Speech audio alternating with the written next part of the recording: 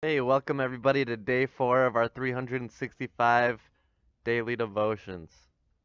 That's right, we're reading the Bible in a year. Today's day 4, and let's jump right into it. We're picking up at chapter 8 in Genesis. The flood recedes. But God remembered Noah and all the wild animals and livestock with him in the boat. He sent a wind to blow across earth, and the waters began to recede. The underground water stopped flowing, and the torrential rains from the sky were stopped. So the floodwaters gradually receded from the earth. After 150 days, exactly 5 months from the time the flood began, the boat came to rest on the mountains of Arat. 2.5 months later, as the waters continued to go down, other mountain peaks became visible.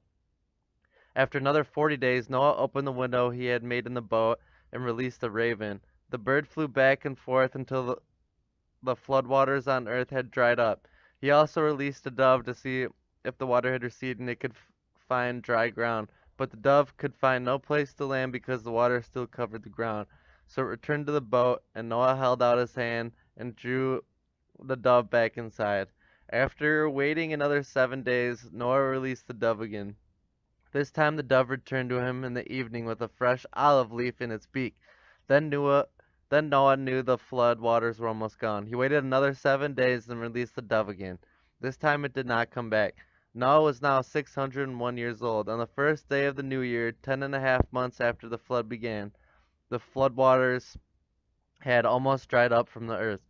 Noah lifted back the covering of the boat and saw that the surface of the ground was drying. 2 more months went by, and at last earth was dry. Then God said to Noah, "Leave the boat, all of you, you and your wife and your sons and their wives. Release all the animals and the birds and the livestock and the small animals that scurry around the ground so they can be fruitful and multiply throughout the earth." So Noah, his wife, his sons, and their wives left the boat. And all of the large and small animals and birds came out of the boat, pair by pair. Then Noah built an altar to the Lord, and there he sacrificed as burnt offerings the animals and birds he had been approved for that purpose. And the Lord was pleased with the aroma and the sacrifice, and said to himself, "I will never again curse the ground because of the human race, even though everything they think or imagine is bent toward evil from childhood. I will never again destroy all living things. As long as earth remains, there will be planting and harvest, cold and heat, summer and winter, day and night." Chapter 9, God confirms his covenant. Then God blessed Noah and his sons, told them, "Be fruitful and multiply, fill the earth, all the animals of the earth, all the birds of the sky, and all small animals that scurry along the ground. And all fish in the sea will look on you with fear and terror. I have placed them in your power. I have given them to you for food, just as I have given you grain and vegetables. But you must never eat any meat that still has lifeblood in it. And I will require the blood of anyone who takes another person's life. If a wild animal kills a person, it must die. If anyone murders a fellow human, must die. If anyone takes human life, that person's life will also be taken by human hands. For God made human beings in his own image. Now be fruitful and multiply, and repopulate the earth." Then God told Noah and his sons, "I hereby confirm my covenant with you and your descendants, and I will give all the animals that were stuck on the boat with you, the birds, the livestock, and the wild animals, every living creature on earth. Yes, I am confirming my covenant with you. Never again will floodwaters kill all living creatures. Never again will a flood destroy earth." Then God said, "I am giving you a sign, my covenant with you and with all living creatures for generations to come. I have placed my rainbow in the clouds, and it is a sign my covenant with you and with all of earth. When I send clouds over the earth, the rainbow will appear in the clouds, and I will remember my covenant with you with all living creatures. Never again will the floodwaters destroy all life. When I see rainbow in the clouds, I remember the eternal covenant between God and every living creature on earth." Then God said to Noah, "Yes, rainbow is a sign of the covenant, and I am confirming with all creatures on earth." Noah's sons. The sons of Noah who came out of the boat with their father were Shem, Ham, and Japheth. From these three sons of Noah came all the people who now populate the earth. After the flood, Noah began to cultivate the ground, and he planted a vineyard. One day he drank some wine he had made and became drunk and lay naked inside his tent. Ham, the father of Canaan, saw that his father was naked and went outside and told his brothers. And Shem and Japheth took a robe, held it over their shoulders, and backed into the tent to cover their father. As they did this, they looked the other way so that they would not see him naked. When Noah woke up from his stupor, he learned that what Ham, his youngest son, had done. Then he cursed Canaan, the son of Ham.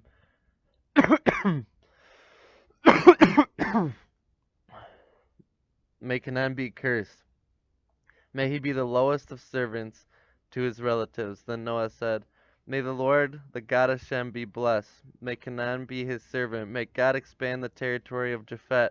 May Japhet share the prosperity of Shem, and may Canaan be his servant. Noah lived another 350 years after the great flood. He lived 950 years and then he died. Chapter 10. This is the count of the families of Shem, Ham, Japhet, the three sons of Noah. Many children were born to them after the great flood. The descendants of Japhet.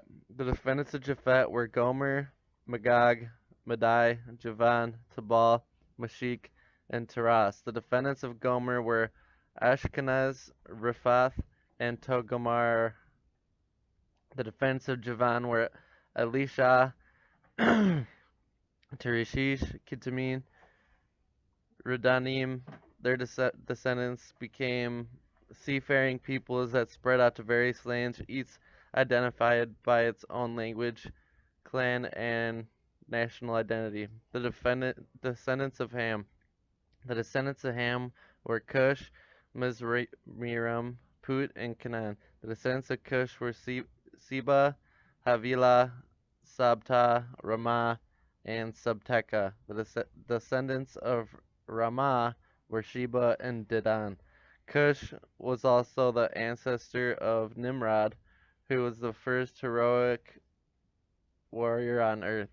Since he was the greatest hunter in the world, his name became proverbial. People say this man is like Nimrod, the greatest hunter in the world.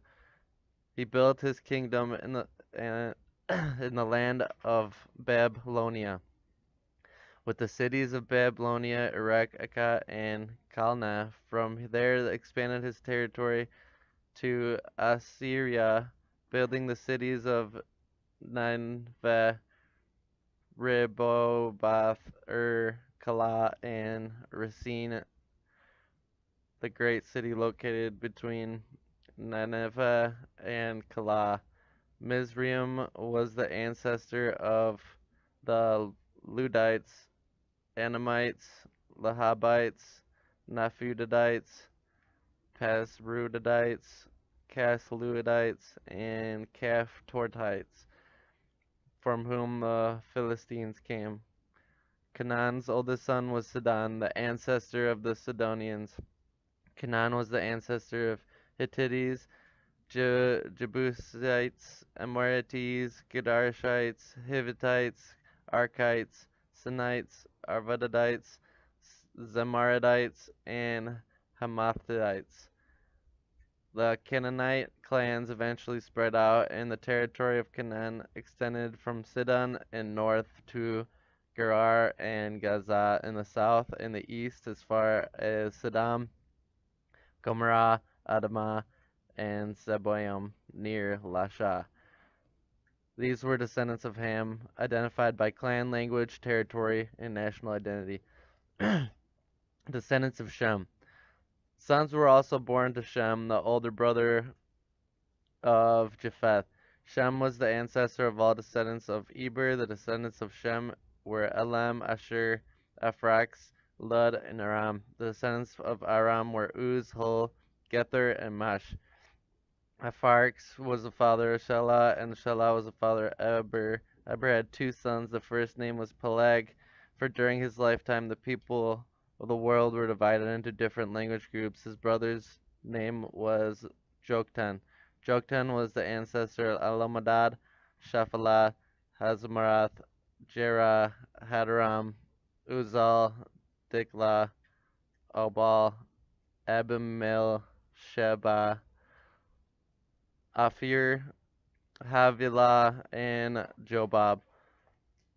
All these All these were descendants of Joktan. The territory they occupied extended from Meshah all the way to Shafar in the eastern mountains. There were descendants of Shem identified by clan, language, territory, and national identity. Conclusion. There are clans that descended from Noah's sons, arranged by nation according to their lines of descent. All the nations of the earth descended from these clans after the great flood. So we'll pick up in chapter 11 tomorrow. So now we're going to go to Matthew chapter 4, verse 12 to 25. Matthew chapter 4, verse 12, the ministry of Jesus begins. When Jesus heard John had been arrested, he left Judea and returned to Galilee. When he first went to Nazareth, then left there and moved to Capernaum beside the Sea of Galilee in the region of Zebulun and left Naphtali. This fulfilled what God said through the prophet Isaiah. In the land of Zebulun and of Naphtali, beside the sea, beyond the Jordan River in Galilee, where so many Gentiles live, the people who sat in darkness have seen a great light, and for those who lived in the land where death cast its shadow, a light has shined. From then on, Jesus began to preach, "Repent your sins and turn to God, for the kingdom of heaven is near."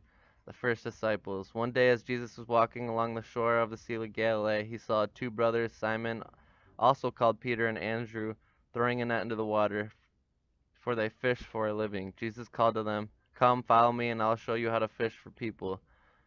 And they left their nets at once and followed him. A little farther up the shore, he saw two other brothers, James and John, sitting in a boat with their father Zebedee, repairing their nets. And he called to them, "Come too." They immediately followed him, leaving the boat and their father behind. Crowds followed Jesus. Jesus traveled throughout the region of Galilee, teaching in synagogues and announcing the good news about the kingdom. He healed every kind of disease and illness. News about him spread as far as Syria, and the people soon began bringing him all who were sick. And whenever their sickness or disease, or if they were demon possessed or epileptic or paralyzed, he healed them all.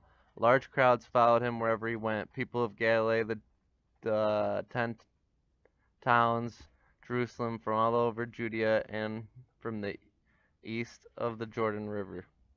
We'll continue at chapter 5, Matthew, tomorrow. So now we're going to go to Psalms 4.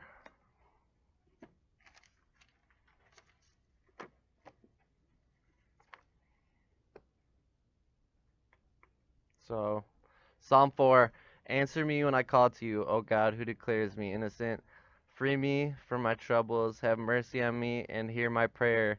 How long will you people ruin my reputation? How long will you make groundless accusations? How long will you continue your lies? Oh, can be sure of this. The Lord set apart godly for himself. The Lord will answer when I call to him. Don't sin by letting anger control you. Think about it overnight and remain silent. Other sacrifices in the right spirit and trust the Lord. Many people say, "Who will show us better times?" Let your face smile on us, Lord. You have given me greater joy than those who have abundant harvests of grain and new wine. In peace I will lie down and sleep, for you alone, O Lord, will keep me safe. We'll read Psalm 5 tomorrow. And last but not least, we're going to read Proverbs 1:20 to 23. Wisdom shouts in the streets.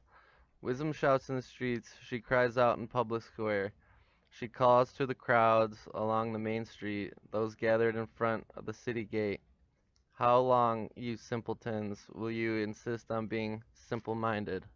How long will you mockers relish your mockling? How long will you fools hate knowledge? Come and listen to my counsel, and I'll share my heart with you and make you wise. So thanks for joining me. This was day 4 of our 365-day devotions.